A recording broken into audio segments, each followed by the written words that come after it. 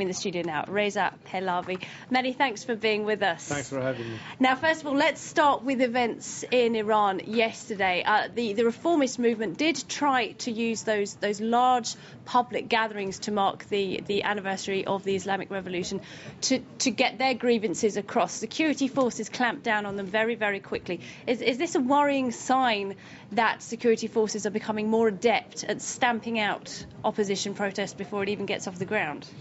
Well, of course, the regime is going to use every tactic possible to repress the opposition, to the point of not even tolerating media presence and carefully orchestrated events, as we witnessed yesterday. This is the kind of reaction that was obviously anticipated by the people and the opposition. And as you know, there's always a sort of a cat and mouse game happening.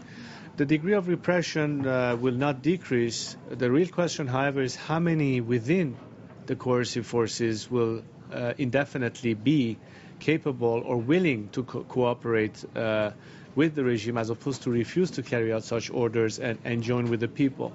We are already witnessing some hesitation and some crackdown, not only within the regime, but of coercive forces that have refused to, in fact, beat up on people, and they really had to have recourse to what we call lebas shakhsi, or people who are dressed in civilian clothes. So security forces who are refusing to follow orders?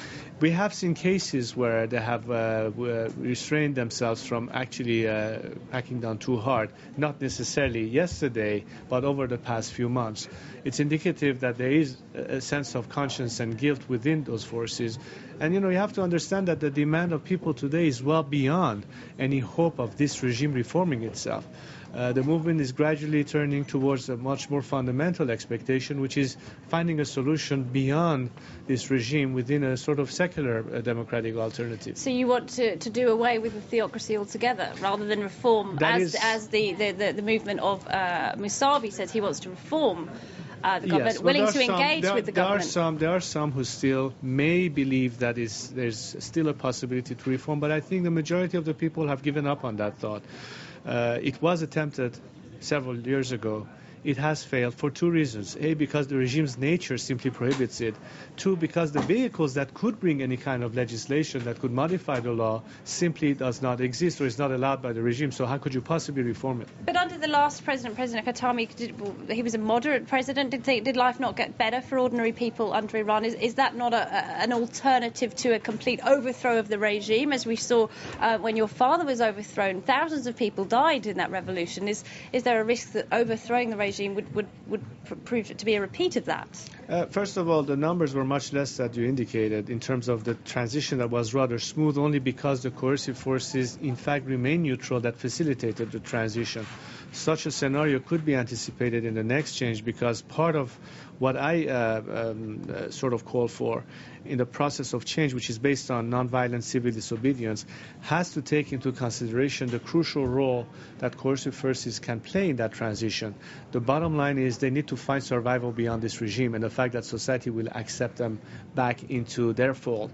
That can easily be placed in terms of giving them those assurances and guarantees, because we're not only talking about change of regime, we're talking about a transition a la South Africa, where you also deal with a general amnesty and national reconciliation. I think we could be talking about regime change a la Iraq, which has not been quite so successful. Because it was done by foreign forces, whereas in Iran it has the hand of the people themselves internally. That's the big difference. Okay, let's talk about the power of the international community then, foreign forces. President Ahmadinejad has become increasingly isolated in the international community. The West is calling for tougher and harder sanctions against his regime. You don't believe that's the right way to go, though? Well, my trend of thought is basically to invite the international community to understand that so long as you're going to deal with the system within the boundaries of a status quo, even sanctions in and of themselves will not prove to be sufficient in the long run. And also the fact that sanctions in and of itself will have a tendency to also affect the society and population itself, and not just the regime. I believe that the world should, the same way they've decided to put an end to apartheid in South Africa, say enough is enough. This regime can no longer be acceptable, tolerable. In fact, there was a letter published, I believe it was printed in the New York Times initially, by 40 Nobel laureates calling on world leaders to put an end to this. And I think the international opinion is in that direction. Governments need to adjust to this reality. There has to be an active support for the Iranian people who deserve to have the solidarity with the outside world to achieve their end, to ask for free elections to determine their own future. I think that's a direction where you will find that then sanctions may be meaningful, because at the end of the day, we have a fundamental change as opposed to just punitive measures to isolate the regime even more. Okay, now I'd like to ask you, 2 members of an outlawed monarchist group were executed last month. They were actually arrested before the election in Iran, before Mahmoud Ahmadinejad was re-elected. Why do you think the regime has gone after members of this somewhat marginal monarchist group rather than going after the hardline reformists? Well, I think they sense a serious threat because they know that in the psyche of the Iranian nation, the institution that has existed for centuries has a great role to play, and they feel most threatened, particularly by that tendency. As a matter of fact, anybody associated itself as a monarchist or as one of my supporters will immediately carry the death penalty just for being a supporter. So not that the regime is discriminating, it is indiscriminating towards any of its opponent, but they are particularly sensitive to that, and as we saw in the case has been evidenced in recent months, unfortunately. I'd like to end, if you'll permit me. Some of your critics might say someone who hasn't lived in Iran for many years is not the best person to judge what's best for the people of Iran. How would you respond to that? Well, I think that the principles that I'm advocating are principles that have been universally pursued by so many societies and nations when it comes to human rights, when it comes to self-determination, when it comes to equality under the law, when it comes to putting an end to any kind of discrimination.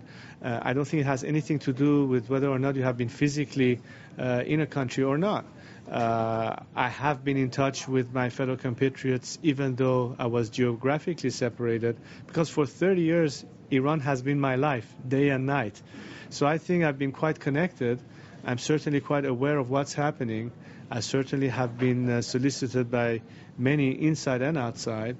And the only role that I intend to play, and I have said this, is to help this movement get to a point that we can finally conduct free elections and have a referendum on the question of whether we want this regime or not, and if not, then opt for what I think is the solution for the country, a parliamentary democracy based on the principle of secularism, meaning the clear separation between religion and government, which is to me a fundamental prerequisite to democratic order. Okay, Reza Pahlavi, I'll have to stop you there, but many thanks indeed for joining us.